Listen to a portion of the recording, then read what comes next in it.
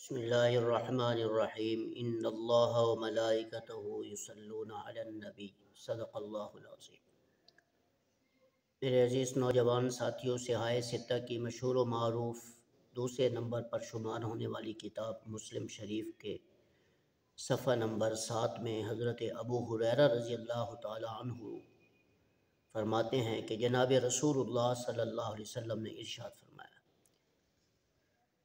کہ قیامت کے قریب آخری زمانے میں ایسے دجال یعنی دھوکہ دینے والے اور ایسے کذاب یعنی جھوٹے لوگوں کے سامنے میری وہ باتیں لے کر آئیں گے، انہیں سنائیں گے جو نہ آپ نے اپنی زندگی میں کبھی سنی ہوں گی، نہ آپ کے باپ دادوں نے ان بات کو سنا ہوگا، یعنی جھوٹی باتیں آپ کے سامنے نقل کریں گے۔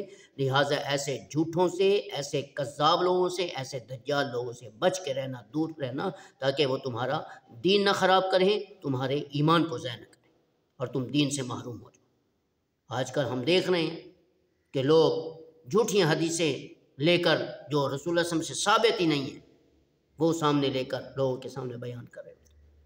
یہاں 2-3 آدمی بیٹھ جائیں، وہ اپنی طرف سے ہی مسئلے کر رہے ہوتے کہ قرآن میں ایسا ہے، یہ فلاں مولوی نہیں دیا کہ نہ کسی چیز کا پتہ نہ کو کچھ۔ لہٰذا ہمیں چاہیے کہ شریعت کے ان تمام احکام، ان باتوں پر ہمیں عمل کرنا چاہیے جو رسول اللہ صلی اللہ علیہ وسلم نے فرمایا۔ لہٰذا ان باتوں سے دور رہیں جو نہ قرآن سے ثابت ہیں نہ جو حدیث سے ثابت۔ آج کل ہر شخص جو ہے یہ اسی کام میں لگا ہوا ہے، لوگوں کے سامنے وہ بات کرنا نہیں، نہ کسی قرآن سے اس کا تعلق ہونا حدیث۔ لہٰذا ہمیں ان لوگوں سے بچنا چاہیے۔ رسول اللہ صلی اللہ علیہ وسلم نے ایسی جھوٹی باتیں کرنے والوں کو دجال کا لفظ اور انہیں کذاب کہا ہے۔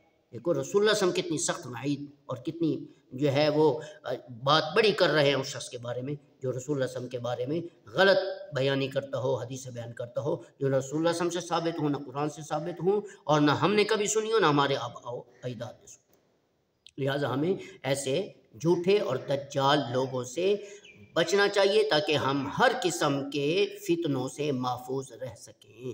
میری دعا ہے اللہ ہم سب کو نظر آنے والے اور نہ نظر آنے والے دشمنوں کے شرور فتن سے حفاظت فرمائے۔ السلام علیکم ورحمۃ اللہ وبرکاتہ۔